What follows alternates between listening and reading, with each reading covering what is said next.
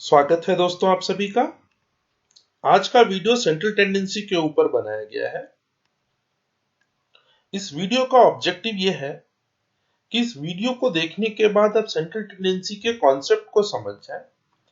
Central tendency के जो तीन सबसे कॉमन मेजर्स हैं, मीन, मीडियन और मोड, उनके बारे में जान लें कि ये क्या है, कैसे निकाले जाते हैं और कब यूज किए जाते हैं।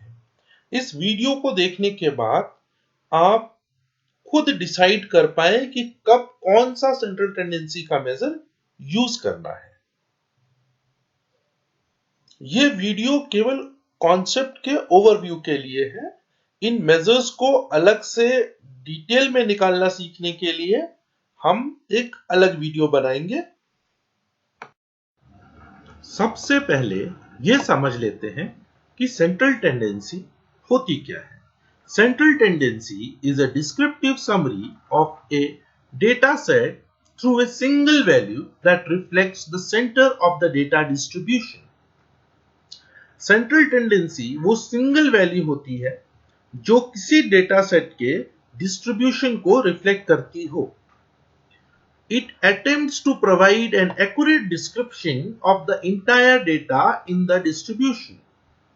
Central tendency किसी डेटा के पूरे डिस्ट्रीब्यूशन को एक्यूरेट तरीके से डिस्क्राइब करने की कोशिश करती है या दर्शाने की कोशिश करती है। क्योंकि मेजर ऑफ सेंट्रल टेंडेंसी किसी भी डेटा सेट को सबसे बेस्ट तरीके से रिप्रेजेंट करने वाला नंबर होता है और ये नंबर किसी भी नॉर्मल डाटा सेट के लिए उसका एवरेज ही होता है। इसीलिए हम कई बार सेंट्रल टेंडेंसी को काइंड ऑफ एवरेजेस भी बोलते हैं। और क्योंकि ये जो एवरेज नंबर होता है या जो सेंट्रल टेंडेंसी का मेजरमेंट होता है, ज्यादातर डेटा उसके चारों तरफ क्लस्टर्ड होता है या ये सेंटर में होता है और बाकी सारा डेटा इसके चारों तरफ होता है। इसीलिए हम इसको कई बार सेंट्रैलिटी भी बोलते हैं।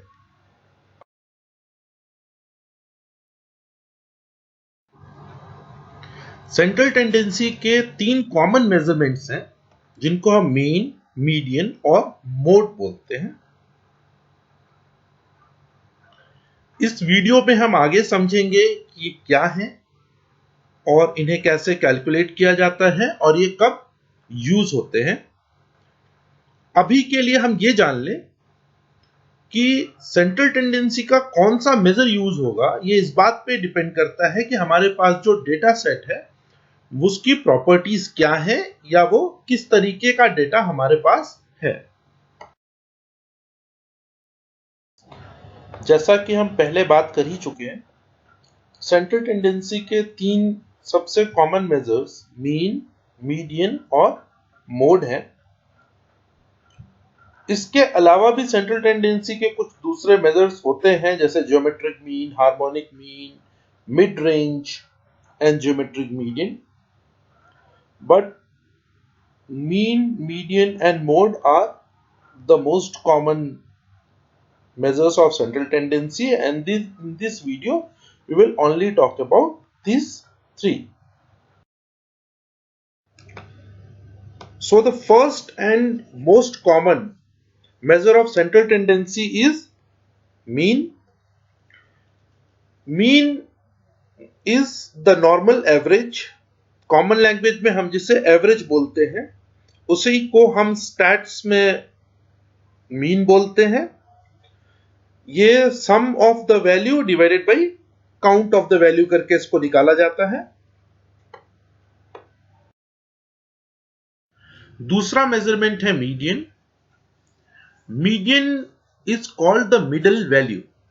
अगर हमारे पास एक डेटा सेट गिवन है, उस डेटा सेट को के नंबर्स, मान लीजिए 13 नंबर्स आर देयर, तो उन 13 नंबर्स को हम असेंडिंग या डिसेंडिंग ऑर्डर में लगाने के बाद जो उसके बीच का नंबर है, which is the 7th number from both side, वो नंबर जो है उसकी जो भी वैल्यू होगी वो नंबर उस डाटा सेट का मीडियन कहलाता है, मतलब द मिडल वैल्यू।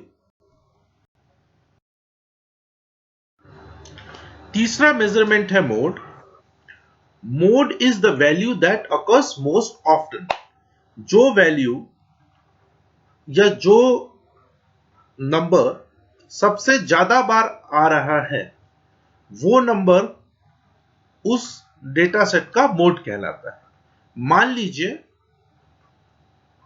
हमारे पास एक बच्चों का ग्रुप है और उनकी एज हमको दी हुई है, तो जो एज सबसे ज्यादा बच्चों की कॉमन होगी वो एज उस ग्रुप का मोड वैल्यू कहलाएगी.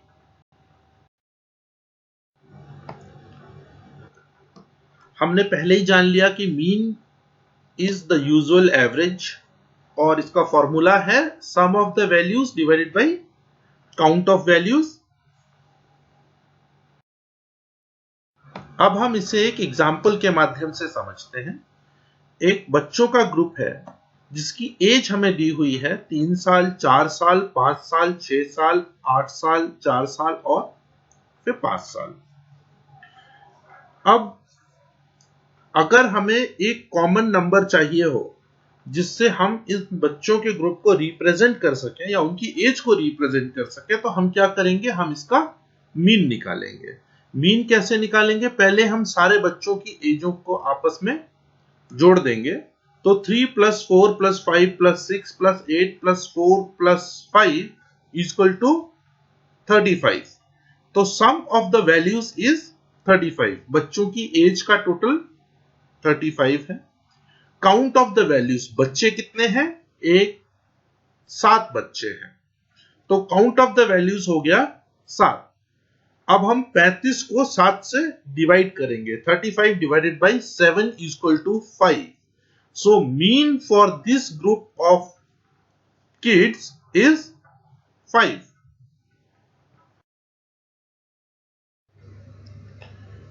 आप सभी एग्री करेंगे कि ये जो 5 है ये इस ग्रुप को की एवरेज एज को बहुत अच्छे से रिफ्लेक्ट कर रहा है. मतलब अगर ये कहना हो कि इन बच्चों की एज क्या है, तो उन सभी बच्चों की एज को अलग अलग ना लेकर हम बोल सकते हैं कि बच्चों की एज एवरेज जो है वो 5 है.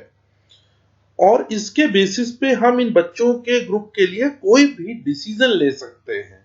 अगर हमें कोई गेम डिसाइड करना हो कि इन्हें कौन सा गेम खेलना चाहिए, खाने के लिए कोई चीज अगर हमें डिसाइड करनी हो कि इनके लिए क्या मेनू रखना है, वो सारी की सारी चीजें हम अगर किसी को ये बताएं कि बच्चे आ रहे हैं जिनके का मीन इज 5, उस ग्रुप का मीन 5 है, तो जो भी आदमी डिसीजन ले रहा है इन बच्चों के ग्रुप के लिए वो सही डिसीजन ले पाएगा.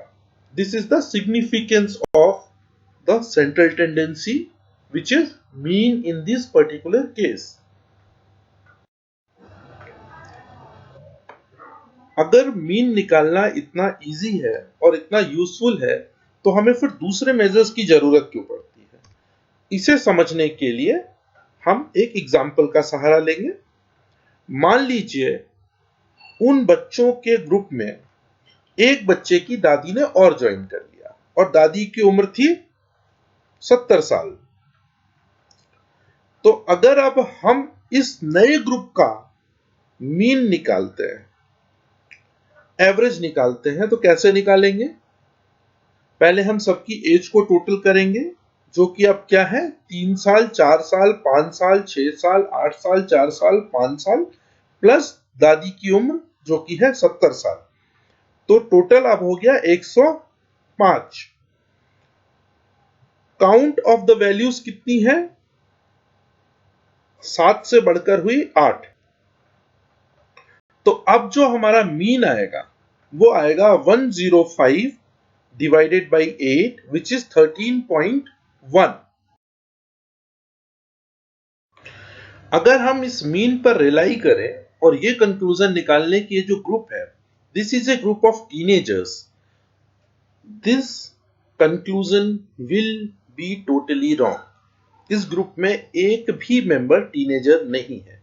So any decision based on this assumption ये टीनेजर्स का ग्रुप है, चाहे वो selection of books for the group हो, चाहे वो selection of sports for the group हो, is proving to be a wrong decision. So in such cases, when we have certain numbers in the group or the data set which are outliers, जो बहुत ज्यादा या तो high numbers हैं या बहुत ज्यादा लो नंबर्स हैं, ऐसी कंडीशन में हमें एक दूसरे मेजर ऑफ सेंट्रल टेंडेंसी की जरूरत पड़ती है और मीडियन हमको एक बेहतर टेंडेंसी देता है एज कंपेयर टू मीन। अब हमें पता है कि जब हमारा डाटा एसिमेट्रिकल हो, मतलब उसमें कोई वैल्यूज ऐसी हो जो कि एक्सट्रीम वैल्यूज हो, बहुत ज्यादा हाई हो या बहुत ज्यादा लो हो, उस कंडीशन में मीन हमें सही सेंट्रल टेंडेंसी नहीं बताता। उस कंडीशन में हमें मीडियन का सहारा लेना पड़ता है। Median is a much better indicator और measure of central tendency for asymmetric data. The median is the middle number after adjusting values in numeric order. हमारे पास जो भी वैल्यूज हैं उनको न्यूमेरिक ऑर्डर में सेट करके, असेंडिंग या डिसेंडिंग में सेट करने के बाद जो मिडिल वैल्यू आती है वो मीडियन कहलाती है। इसको समझने के लिए हम वैसा ही एक एसिमेट्रिक डाटा का एग्जांपल लेंगे, जिसके अंदर एक ग्रुप है जिसकी एज दी हुई है 3 साल, 4 साल, 5 साल, 6 साल, 8 साल, 4 साल, और इन बच्चों के बीच में एक दादी की एज दी हुई है 70 साल। तो टोटल इस ग्रुप में 7 लोग हैं। और हमने पिछले एग्जाम्पल में देखा कि ऐसे केस में मीन हमें सही सेंट्रल टेंडेंसी नहीं बता सकता। तो हम क्या करेंगे, सेंट्रल टेंडेंसी एसिमेट्रिक डाटा होने की वजह से मीडियन से पता लगाएंगे, मीडियन निकालेंगे। इसका मीडियन निकालने के लिए हम सबसे पहले क्या करेंगे, इस डाटा को असेंडिंग या डिसेंडिंग ऑर्डर में सेट करेंगे, न्यूमेरिक ऑर्डर में सेट करेंगे। तो हमने यहां पर इसको न्यूमेरिक ऑर्डर में सेट कर लिया, 3, 4, 4, 5, 6, 8 और 70। टोटल ग्रुप के मेंबर्स कितने हैं, 7। तो जो चौथे नंबर की वैल्यू है दोनों तरफ से,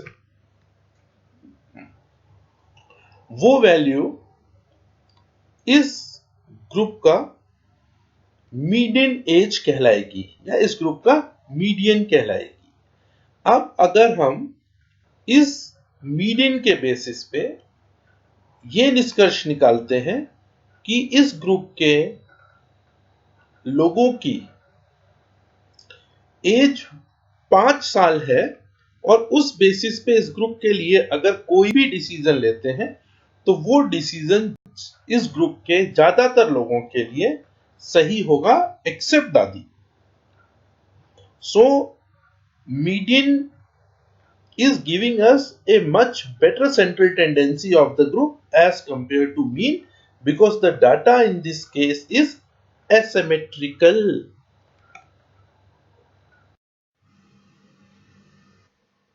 दोस्तों, कभी कभी हमारे पास जो डेटा सेट होता है वो नॉन न्यूमेरिक होता है। एग्जाम्पल के लिए किसी क्लास में बच्चों को दिए गए grade A, B, C, D और E हो सकते हैं, या एक ग्रुप ऑफ पीपल है जिन्होंने के शर्ट का कलर है वो green, red, yellow, black, blue हो सकता है। ये जो डाटा है ये नॉन न्यूमेरिक डाटा है, इसको हम ना तो ऐड या सब्सट्रैक्ट कर सकते हैं और ना ही हम इस डाटा को असेंडिंग या डिसेंडिंग ऑर्डर में अरेंज कर सकते हैं। उस कंडीशन में सेंट्रल टेंडेंसी का जो मेजर हमें यूज करना होता है वो मोड कहलाता है। The mode is the value that occurs most often. Mode is not exact average but gives you idea on what you can expect to see most of the times. Mode वो number होता है जो सबसे ज्यादा बार आया हो किसी भी डाटा सेट के अंदर। ये एग्जैक्ट एवरेज वैल्यू बिल्कुल भी नहीं है, लेकिन ये आपको ये आइडिया देता है कि आपको सबसे ज्यादा बार क्या देखने को मिलेगा या किस चीज की रिपीटिशन सबसे ज्यादा बार होगी। And this also gives U a fair understanding of the central tendency of data.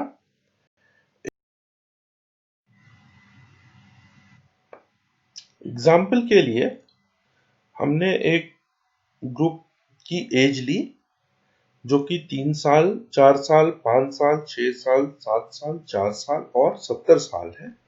ये वैसा ही एग्जाम्पल है जो हमने पहले यूज किया था मीडियन कैलकुलेट करने के लिए। इस डेटा को अगर हम देखें तो 4 इस डेटा में 2 बार आया है, बाकी सारे नंबर्स 1 बार आए हैं। तो हम ये कहेंगे कि इस डेटा का मोड इज 4। और अगर हम ये माने कि mode as a measurement of central tendency, ये इस ग्रुप के लोगों की एज लगभग 4 साल है और उस बेसिस पे इस ग्रुप के लिए कोई भी डिसीजन ले तो वो डिसीजन भी एक फेयरली अच्छा डिसीजन होगा जो इस ग्रुप के ऊपर एप्लीकेबल होगा। जो ऊपर वाला एग्जाम्पल है उसमें हम इसका, क्योंकि ये नंबर्स है, हम इनको असेंडिंग डिसेंडिंग ऑर्डर्स में भी लगा सकते हैं और इनको ऐड या सब्सट्रैक्ट भी कर सकते हैं, डिवाइड भी कर सकते हैं। तो mean and median are better measure of central tendency for this kind of data. लेकिन मोड की सबसे अच्छी बात यह है कि नॉन न्यूमेरिक डेटा के ऊपर भी ये काम करता है। जैसे हम इस एग्जांपल में देख रहे हैं कि ग्रेड्स हैं बच्चों के क्लास में A B C, A B B B C D D और फिर बी। यहां पर अगर हम देखें ए 3 बार आया है, बी 5 बार आया है, सी 2 बार आया है और डी 2 बार आया है। तो मोड इस सेट ऑफ डेटा का बी होगा क्योंकि उसकी ऑकरेंस सबसे ज्यादा बार हुई है या वो सबसे ज्यादा बार इस सेट ऑफ डेटा में आया है। और इस तरीके का नॉन न्यूमेरिक डेटा जहां पर कि हम मीडियन और मीन को एप्लीकेबल नहीं कर सकते, उसका मीडियन और मीन नहीं निकाल सकते हैं, वहां पर mode is a good representation of central tendency. तो दोस्तों, मोड सेंट्रल टेंडेंसी का इकलौता मेजर है जो कि नॉन न्यूमेरिक डाटा में भी यूज किया जा सकता है या कैटेगोरिकल डाटा पर भी यूज किया जा सकता है। इसके एग्जांपल्स सबसे ज्यादा कौन सा कोर्स स्टूडेंट्स प्रीफर कर रहे हैं या सबसे ज्यादा कौन से फ्लेवर की आइसक्रीम लोग पसंद करते हैं, इस तरीके की चीजों को निकालने के लिए हमारे पास जो बेस्ट पॉसिबल ऑप्शन होता है वो मोड होता है। So let us summarize what we have learned in this video. There are 3 measures of central tendency: mean, median and mode.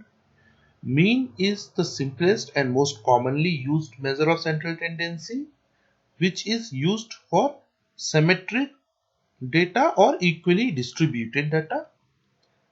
Median is the middle number and is useful measure of central tendency when the data is asymmetric or highly skewed.